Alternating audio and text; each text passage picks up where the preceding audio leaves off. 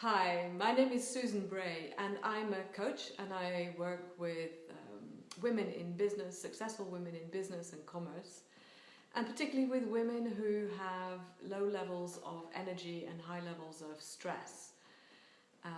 Maybe chronically, maybe more than likely chronically and going on for a long period of time. But today, I want to do something a little bit different. A couple of nights ago, my husband came home and we watched the latest trailer of the Star Wars movies. And we're both Star Wars fans, so it was quite great to watch and cool to see Harrison Ford coming back. But also what's really amazing is to see that after 4 days, only 4 days, there have been 40.5 million views on YouTube of this trailer, and this is, I think it's the third particular trailer, which just goes to show how popular, but also how compelling, I think, the idea of that underlies all the movies of the Force. So being a coach and working with women, successful women in business, I was kind of making a connection in my mind, and something I wanted to explore today for the fun of it, but also because I think it's actually really interesting to look at what that actually is all about. Actually, I think the underlying idea is that everything is energy, and we can tap into that energy. We experience that energy when we've got loads of energy to do the things that we want to do, but we also sense that energy in different ways. So I think one of the really interesting ideas is that when people come together, there is always an energy, isn't there? We have energy in us. Energy is exchanged when people get together. You know how it is to be in a brainstorming session, and the ideas are flying. It's very exciting. It's very dynamic. And people have different kinds of energy, and people bring different kinds of energy to different setups, to different environments. The energy that women have, generally speaking, is very different to the energy that men have. And one of the things that I think is really exciting with you in your position, and a lot of women in general in business now, is that you're standing on the shoulders of pioneers that have gone before and made many things possible for us nowadays, but also you still are yourself a pioneer. We actually really haven't yet got to the place where all businesses are working in all ways where everyone has an equal footing, and often it's subconscious. And often it's inherited from generations past in the same business. And I'm not sexist. I'm not genderist in any way. I think men and women are amazing, and we do have different qualities, And when men and women are working at their greatest potential in any environment, whether it's a marriage or whether it is in business, we tap into our greatest potential and what we can offer. Women do have different qualities. We are more known to have qualities of compassion and empathy, which in business are really strong qualities because they enable people in teams, in teams, or when you're working with your teams, to be able to see the potential that each individual has, and therefore you get much more out of the team. I think women in business tend to have a greater propensity, a greater ability to listen and hear other people's arguments and take the best of everything and come to a consensus. I'm making generalizations, obviously, but these are, in large lines what the differences are between men and women.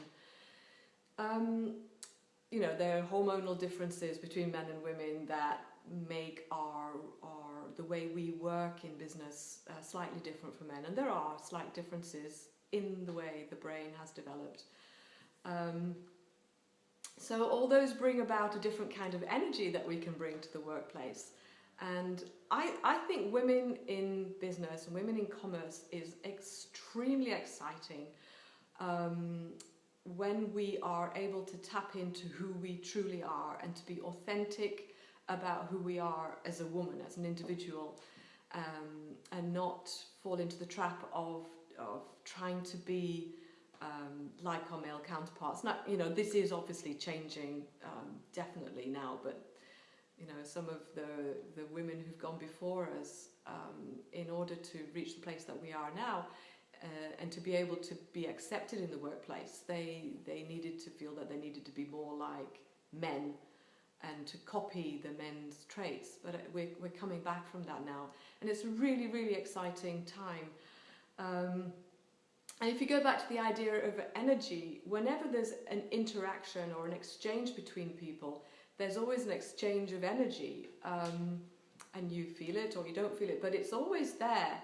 And if you think about what business and commerce is, you're essentially taking a vision or an idea that your business has had, and you're transforming it into something tangible, whether it is a service or whether it's a product, and that is being exchanged for money, and that also is an exchange of energy. So as I say, I think it's really exciting to think of business in this sense and think of how we can access this kind of energy, the purest kind of energy, which enables us to be able to create inspiring atmospheres where people feel that they're working towards something that inspires everybody. It's a goal that everybody's working towards. Motivation is clear. Intention is something that's brought in towards a common goal and towards a result that is, tangible, or something that other people are willing to exchange money for or want to exchange money for. So, going back to the idea of energy, and very often what happens is, in our day and age, 21st century, energy is something that is often in short supply, and stress and feeling high levels of stress is something that's experienced by all of us, and people at higher levels in business are certainly not immune to it, or to the problems of high levels of stress. You have more control over your working environment than many people who are in your teams, but still you're not immune to it. So some of the challenges with stress that you might have experienced yourself are, apart from feeling that you don't have enough energy to get you through the day, you might experience your brain not functioning as well as you know it can do. So lack of clarity, lack of ability to be able to access your thoughts, possibly a propensity to overthink things and to dwell on things, carry work home with you at the end of the day and not be able to let it go. Another aspect that we feel when you're stressed is that you're not so able to easily tap into what I call your genius zone, which is your intuition, your creative spark, and the intuition where you get these ideas that seems to come from the ether, and that actually, when you're in that place, make your productivity and your efficiency so much easier, because you're not working hard, and it's not just a question of willpower getting you through your projects, or from the beginning to the end of the day. And in Taoism, in the ancient Chinese health philosophy, they believe that there's a special kind of energy that we need to have. And when we have this in abundance, the translation for it could be adaptive energy, then we're able to thrive in all situations, in stressful situations. We're able to move through them very, very easily. And when that, it's called Jing, and when that Jing energy is high, we have calmer ability, our minds are calmer, we're able to think more clearly.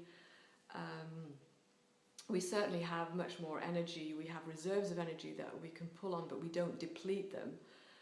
And it's just an amazing place to be, and you're able to be present and calm, and in that place again get in touch with your genius, your creativity, where everything just flows. And you know, in a way that is a little bit like the Force, isn't it, in Star Wars? And you know, maybe a little bit forced, and I'm maybe playing with ideas for this because of the movie coming out shortly.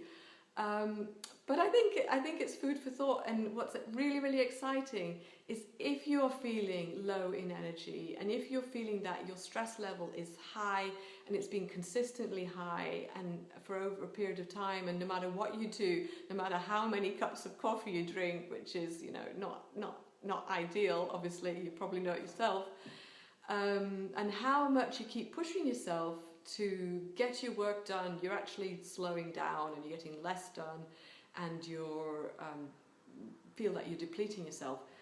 If that's the place that you're in, I just want to let you know that there is something that you can do about it, and that's what I do. I work with people to be able to get them back to that thrive zone and tap into Jing on a constant, ongoing basis. So, well, I just wanted to leave you with that thought. If you want to get in touch with me, I'll leave details below. And of course, I have to end this video with, may the Force be with you. Bye, and see you next time.